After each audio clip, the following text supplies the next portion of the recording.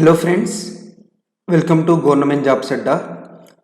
So మనం time and work topic అనేది discuss చేస్తున్నాం. కాలము మరియు పని ఆల్రెడీ 2 పార్ట్స్ అనేది డిస్కస్ చేయడం జరిగింది. ఫస్ట్ పార్ట్లో బేసిక్ కాన్సెప్ట్, అలాగే సెకండ్ పార్ట్లో ఒక 25 క్వశ్చన్స్ అనేది నేను డిస్కస్ చేశాను. సో ఈ వీడియోలో ఒక 35 క్వశ్చన్స్ వరకు నేను డిస్కస్ చేశాను. దీంతో మనకి టైమ్ అండ్ వర్క్ అనే టాపిక్ అనేది కంప్లీట్ అయిపోతుంది. సో దీంట్లో మనకి అడ్వాన్స్ లెవెల్ క్వశ్చన్స్ అనేది ఉండడం అనేది జరుగుతుంది. సో తప్పకుండా ఈ వీడియో కంప్లీట్గా చూడండి. అండ్ అలాగే మీకు స్టార్టింగ్ నుంచి ఏదైతే ప్రతి ఒక్క టాపిక్ కూడా మీకు బేసిక్ లెవెల్ నుంచి క్వశ్చన్స్ అనేది తీసుకొని హై లెవెల్ వరకు ఎక్స్ప్లెయిన్ చేయడం అనేది జరుగుతుంది. అడ్వాన్స్ లెవెల్ క్వశ్చన్స్ వరకు ప్రతి ఒక్క క్వశ్చన్ కూడా మీకు ఇంగ్లీష్ మరియు తెలుగులో ఉంటుంది. ఎవరైతే ఈ కోర్స్ కంప్లీట్ వీడియో చూడాలి లేదా కోర్స్ బై చేయాలి అనుకుంటారో వీడియో డిస్క్రిప్షన్లో వెబ్సైట్ యొక్క లింక్ ఉంటుంది. సో అక్కడ మీరు వెళ్ళి బై చేయొచ్చు, లేదా ఈ నెంబర్కి కాల్ చేసి అయినా సరే మీరు బై చేయొచ్చు. అలాగే మనకి అర్థమెటిక్ అండ్ ప్యూర్ మ్యాథ్స్ ఈ రెండు కలిపి మనకి 1499కి వస్తున్నాయి. అండ్ అలాగే రీజనింగ్ వచ్చేసి 999కి రావడం అనేది జరుగుతుంది, కంప్లీట్ రీజనింగ్ కూడా.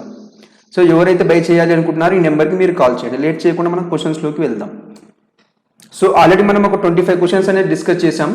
సో ఇక్కడ మనకి 25th క్వశ్చన్, ఇక్కడ మనకి ఎఫిషియన్సీ సామర్థ్యాలకు సంబంధించిన క్వశ్చన్. ఇక్కడ మనకి ఈ 35 క్వశ్చన్స్ ఏవైతే డిస్కస్ చేయబోతున్నానో ఒక 4 to 5 మోడల్స్ కవర్ అవుతాయి దీంట్లో. సో దాంతో మనకి టైమ్ అండ్ వర్క్ అనేది కంప్లీట్ అయిపోతుంది. సో ఇక్కడ మనకి ఏంటిదంటే ఎఫిషియన్సీ సామర్థ్యాలకి సంబంధించిన క్వశ్చన్స్ వచ్చింది.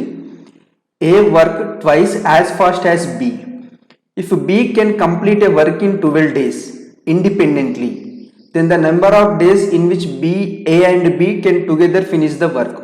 సో ఇక్కడ మనకి ఎఫిషియన్సీ సామర్థ్యాల నిష్పత్తి ఇచ్చాడు. ఏ విధంగా A works twice as fast as B, B ఏదైతే వర్క్ చేస్తాడో దాన్ని 2 ఇంతలతో ఏ అనేవాడు చేస్తాడు అని చెప్పి అంటున్నాడు. ఇక్కడ మనకి ఎఫిషియన్సీ సామర్థ్యాల నిష్పత్తి ఇవ్వడం అనేది జరిగింది. ఏ విధంగా బి 1 యూనిట్ పని చేస్తే ఏ అనేవాడు 2 యూనిట్ల పని చేస్తాడు అని చెప్పి ఇచ్చాడనమాట. ఇది మనకి ఎఫిషియన్సీ సామర్థ్యాల యొక్క నిష్పత్తి ఇవ్వడం అనేది జరిగింది. అలాగే బి ఒక్కడు ఆ పనిని 12 రోజుల్లో పూర్తి చేస్తాడంట. అయినా వారిద్దరు కలిసి ఆ పనిని ఎన్ని రోజుల్లో పూర్తి చేస్తాడు అంటున్నాడు. ఈ విధంగా మనకి ఎఫిషియన్సీ రేషియో ఇచ్చినప్పుడు అందులో ఒకని యొక్క వర్క్ ఎంత టైం తీసుకుంటాడో ఇచ్చినప్పుడు మనకి ఏ విధంగా చేస్తాం. ఇప్పుడు బి అనేవాడు 12 రోజుల్లో కంప్లీట్ చేస్తాడు అంటే మనకి బి అనేవాడు ఎన్ని పార్ట్స్ ఉన్నాడు, 1 part 12, ఒక్క రోజు 1 యూనిట్ పని చేస్తే టోటల్ 12 రోజుల్లో కంప్లీట్ చేస్తున్నాడంట. 12 రోజుల్లో చేస్తే ఆ ముగ్గురు ఇది టోటల్ వర్క్ ఈక్వల్ అవుతుంది, మొత్తం పనికి సమానం అవుతుంది. ఈ మొత్తం పనిని ఆ ఇద్దరు కలిసి ఎన్ని రోజుల్లో చేస్తారు అని చెప్పి అంటున్నాడు. ఎన్ని రోజుల్లో అంటే మనకి ఏంటిది 2 + 1 3, 3 ఇంటూ మనకి డి తీసుకుంటే సరిపోద్ది. డి అంటే మనకి నెంబర్ ఆఫ్ రోజులు లేదా number of days. 3 1s 3 4s. So D is equal to 4 అవుతుంది. 4 daysలో వాళ్ళిద్దరు కంప్లీట్ చేస్తారు అని చెప్పి అర్థం. ఆప్షన్ అనేది రైట్ ఆన్సర్. సో కొంతమందికి డౌట్ రావచ్చు, ఇక్కడ మనకి ఏ అని A/B 2:1 ఉంది, బి అనేవాడు 1 part ఉన్న 12 అయితే సో మనకి వాళ్ళు ముగ్గురు అన్నాడు అప్పుడు 3 parts వాళ్ళకి 36 తీసుకోవచ్చు కదా అంటారు. అక్కడ మనకి టోటల్ వర్క్ అనేది ఇవ్వాలి. ఈ నిష్పత్తి అనేది మనకి టోటల్ వర్క్ మొత్తం పనికి సంబంధించింది కాదు, ఇది అనేది మనకి సామర్థ్యానికి సంబంధించింది. ఏ అనేవాడు 1 యూనిట్ పని చేస్తే అదే టైంలో బి అనేవాడు 1 యూనిట్ పని చేస్తే అదే టైంలో ఏ అనేవాడు బితో పోల్చినప్పుడు 2 యూనిట్ల పని చేస్తాడు అని అర్థం. ఇదే విధంగా బి అనేవాడు 12 రోజుల్లో కంప్లీట్ చేస్తాడంట. ఎంత ఎఫిషియన్సీ, ఎంత సామర్థ్యంతో, 1 సామర్థ్యంతో 12 రోజుల్లో కంప్లీట్ చేస్తాడు అంటే ఇది మొత్తం వచ్చేసి మనకి టోటల్ వర్క్కి సమానం అవుతుంది, మొత్తం పనికి సమానం అవుతుంది. అప్పుడు ఇదే పనిని వీరిద్దరు కలిశారనుకొని వీళ్ళిద్దరు కలిసి ఎన్ని రోజుల్లో చేస్తారు అన్నదే మనకి క్వశ్చన్. అప్పుడు ఇది కూడా మనకి ఏమవుతుంది, టోటల్ వర్క్కి మొత్తం పనికి సమానం అవుతుంది. ఎప్పుడైనా మనకి టోటల్ వర్క్ అనేది టోటల్ వర్క్తో ఈక్వల్ చేస్తేనే మనకి సమానం అవుతుంది. సో ఈ విధంగా వారిద్దరు కలిసి ఏ అండ్ బి కలిసి ఆ పనిని 4 రోజుల్లో చేస్తున్నారు. Next question, A is thrice as good as workmen as B and so takes 60 days more than B for doing a job. Okay, the time taken which they can do the work job together అంటున్నాడు. ఇక్కడ కూడా మనకి ఏ మరియు బిల మధ్య సామర్థ్యాల నిష్పత్తి efficiency ratio ఇచ్చాడు. ఏ విధంగా బి అనేవాడు 1 యూనిట్ పని చేస్తే అదే టైంలో ఏ అనేవాడు 3 times 3 రెట్లు అని ఇచ్చాడు, అంటే 3 యూనిట్ల పని చేస్తారు అని చెప్పి అర్థం. తర్వాత మనకి ఏమి ఇచ్చాడు, so takes 60 days less than B for doing a job. So మనకి ఇక్కడ ఏమంటున్నాడు, and so takes 60 days less than B for doing a job అంటున్నాడు. సో మనకి ఇక్కడ డిఫరెన్స్ ఏదైతే ఉందో అది 60 డేస్కి సమానంగా ఇచ్చాడు అని చెప్పాను. ఈ విధంగా సపోజ్ మనకి బి అనేవాడు సపోజ్ 100 డేస్ తీసుకున్నాడు అనుకోండి ఒక పని కంప్లీట్ కానికి.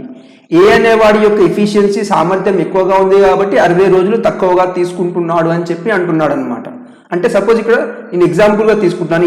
బి అనేవాడు 100 డేస్లో ఫినిష్ చేస్తే ఏ అనేవాడు 40 రోజుల్లో ఫినిష్ చేస్తాడు అని చెప్పి అర్థం.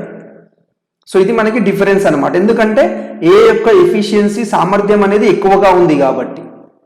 సో ఈ విధంగా వీళ్ళిద్దరి మధ్య భేదం ఇచ్చాడు. లెస్ ఆర్ మోర్ అన్నప్పుడు మనకి వాళ్ళిద్దరి మధ్య భేదమే తీసుకోవాలి. అంటే 2 యూనిట్ల యొక్క విలువ 60 రోజులు అయితే క్వశ్చన్ ఏమడుతున్నాడు, వాళ్ళిద్దరూ కలిసి ఎన్ని రోజుల్లో పని ఫినిష్ చేస్తారు అని చెప్పి అంటే ఇద్దరి యొక్క సామర్థ్యం ఎంత 3+1 అంటే 4 ఇంటూ మనకి D2 కనుక్కున్నాం అనుకోండి సరిపోతుంది. 4 1 జా 4 15 జా పోతుంది. ఫైనల్గా D = 30 డేస్ అంటే ఏ మరియు బిలు కలిసి ఆ పనిని ఏ అండ్ బి కలిసి ఆ పనిని 30 రోజుల్లో చేస్తారు అని చెప్పి అర్థం. సో ఆప్షన్ వచ్చేసి ఆప్షన్ బి అనేది రైట్ ఆన్సర్ అవుతుంది. సో ఇక్కడ మనకి ఎఫిషియన్సీ థ్రైస్ అంటాడు, డబల్ అంటాడు, ఆఫ్ అంటాడు. ఈ విధంగా ఇచ్చినప్పుడు మనకి ఎఫిషియన్సీ రేషియో అని చెప్పి మీరు గుర్తుంచుకోవాలి. సామర్థ్యాల నిష్పత్తి అని చెప్పి గుర్తుంచుకోవాలి. ఈ సామర్థ్యాల నిష్పత్తి ఏదైతే ఉంటుందో వీళ్ళకి ఇండివిజువల్గా ఇన్ని రోజుల్లో కంప్లీట్ చేస్తారు అని చెప్పి ఇచ్చాడు అనుకోండి. ఈ సామర్థ్యాన్ని ఆ రోజుల్లోని గుణిస్తే మనకి వచ్చేదే టోటల్ వర్క్. అంటే ఎఫిషియన్సీని డేస్ని గుణిస్తే మనకి వచ్చేది ఏమవుతుంది టోటల్ వర్క్ అనమాట. ఇంత ఎఫిషియన్సీతో పని చేస్తారు, ఇన్ని రోజుల్లో చేస్తారు. ఆ రెండింటిని గుణించామనుకోండి అప్పుడు మనకి ఏమవుతుంది టోటల్ వర్క్ రావడం జరుగుతుంది. టోటల్ వర్క్ అంటే మనకి మొత్తం పని రావడం జరుగుతుంది. మొత్తం పని ఎప్పుడు ఈ మొత్తం పని కూడా ఇంకో దాని యొక్క టోటల్ వర్క్కి ఈక్వల్ చేయాలి. So next question, Kamal can do a work in 15 days. Bimal is 50% more efficient than Kamal. Okay.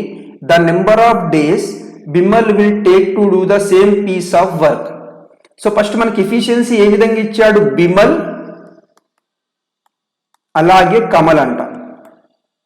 ఇక్కడ ఏమంటున్నాడు, బిమల్ ఈజ్ 50% మోర్ ఎఫిషియంట్ దాన్ కమల్. కమల్ ఎంత ఎఫిషియన్సీ ఎంత సామర్థ్యంతో పని చేస్తున్నాడో బిమల్ అనేవాడు కమల్ కంటే 50% ఎక్కువగా చేస్తున్నాడు అని అంటున్నాడు. సపోజ్ ఇనీషియల్గా కమల్ అనేవాడు 100% ఎఫిషియన్సీతో పని చేస్తే బిమల్ అనేవాడు కమల్ కంటే 50% ఎక్కువ కాబట్టి 150%తో ఎఫిషియన్సీతో పని చేస్తాడు అని చెప్పి అర్థం. దీన్ని రేషియో కింద కన్వర్ట్ చేస్తే 2:3 అవుతుంది. మీకు బేసిక్ కావాలి కాబట్టి ఇది చెప్పాను, లేకపోతే డైరెక్ట్గా మనకి 3:1 అని చెప్పి రాసుకోవచ్చు. అలాగే తర్వాత ఏమిచ్చాడు, Kamal can do a work in 15 days. Kamal అనేవాడు 15 days వర్క్ చేస్తాడు అంటున్నాడు. సో ఇక్కడ మనకి ఎఫిషియన్సీ కదా, మనకి టోటల్ వర్క్ రావాలంటే ఎఫిషియన్సీ మనకి కమల్ ఇచ్చాడు 2, ఎఫిషియన్సీ 2 ఉంది, ఇతను 15 daysలో ఫినిష్ చేస్తాడంట. అయినా ఏమంటే the number of days Bimal will take to do the same piece of work. Bimal అనేవాడు ఎన్ని డేస్లో కంప్లీట్ చేస్తాడు అని చెప్పి అంటున్నాడు. బిమల్ యొక్క ఎఫిషియన్సీ అంతా 3 ఉంది. 3 ఇంటూ డి చేస్తే డి అంటే మనకి నెంబర్ ఆఫ్ డేస్. 3 1 జా 3 5 జా. సో డి = 10 days అవుతుంది. అంటే ఇది ఒకటి, కమల్ అనేవాడు ఏదైతే పని 15 రోజుల్లో చేస్తున్నాడో బిమల్ అనేవాడు 10 రోజుల్లో చేస్తాడు అని చెప్పి అర్థం. 10 రోజుల్లో ఎందుకు చేస్తున్నాడు, కమల్ కంటే బిమల్ ఎవరైతే ఉన్నారో ఇతని యొక్క సామర్థ్యం ఎక్కువ. సామర్థ్యం ఎక్కువగా ఉంటే తీసుకున్న కాలం లేదా టైం అనేది తక్కువగా పడుతుంది. సో మీకు ఆల్రెడీ ఇంట్రడక్షన్ వీడియోలో చెప్పడం అనేది జరిగింది.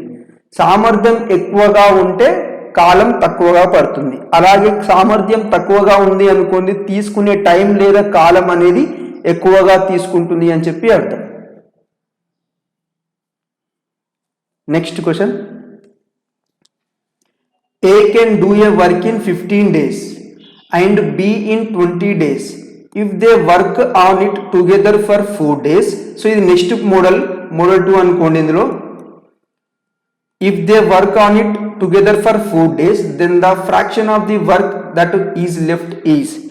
A అనేవాడు ఒక పనిని 15 రోజుల్లో చేస్తాడంట, అదే పనిని బి అనేవాడు 20 రోజుల్లో చేస్తాడంట. వీరిద్దరూ కలిసి 4 days వర్క్ చేశారంట. 4 రోజుల పని చేసిన తర్వాత ఎంతైతే వర్క్ కంప్లీట్ అయ్యి ఉంటుందో దాంతో పోల్చినప్పుడు ఎంత వర్క్ మిగిలిపోయి ఉంటుంది అంటున్నాడు. ఫస్ట్ ఇలా చేయాలి అంటే సింపుల్గా మనం వాటి యొక్క ఎల్సిఎం కనుక్కోవాలి. ఎల్సిఎం 60 అవుతుంది మనకి. 15కి 20కి ఎల్సిఎం ఎంత అవుతుంది రాని వాళ్ళు ఈ విధంగా చేసుకోండి. 5తో చేస్తే 5 3 5 4 ఇంకే టేబుల్తో పోదు కాబట్టి డైరెక్ట్గా మీరు మల్టిప్లై చేయండి సరిపోతుంది. సో 15 అనేది 4 టైమ్స్ పోతుంది. ఈ 20 అనేది 3 టైమ్స్ పోతుంది. అంటే దీని అర్థం ఏంటిది? ఏ అనేవాడు ఒక్కరోజు 4 యూనిట్ల పని చేస్తాడు అని అర్థం. అదే బి అనేవాడు ఒక్కరోజు 3 యూనిట్ల పని చేస్తారు అని అర్థం. ఈ ఇద్దరు పని స్టార్ట్ చేసి 4 రోజులు పని చేశారంట. అంటే వీళ్ళిద్దరి యొక్క సామర్థ్యం ఎంత? 4 + 3 7 యూనిట్స్ చేస్తారు డైలీ. వీరిద్దరు ఏ మరియు బీలు కలిసి ఒక్కరోజు 7 యూనిట్ల పని చేస్తారు. ఈ విధంగా 4 రోజులు చేశారంట. అంటే టోటల్ ఎంత కంప్లీట్ చేశారు? 28 యూనిట్స్ కంప్లీట్ చేశారు 4 రోజుల్లో. సో మొత్తం ఉన్న వర్క్ వచ్చేసి 60 యూనిట్ల వరకు చేయాలి. దాంట్లో ఏ మరియు బీలు 4 రోజులు చేసి 28 యూనిట్లు చేశారు. క్వశ్చన్లో ఏమడుతున్నారు? ఎంత పని మిగిలిపోయి ఉంటుంది అంటున్నాడు. 60లో మనకి 28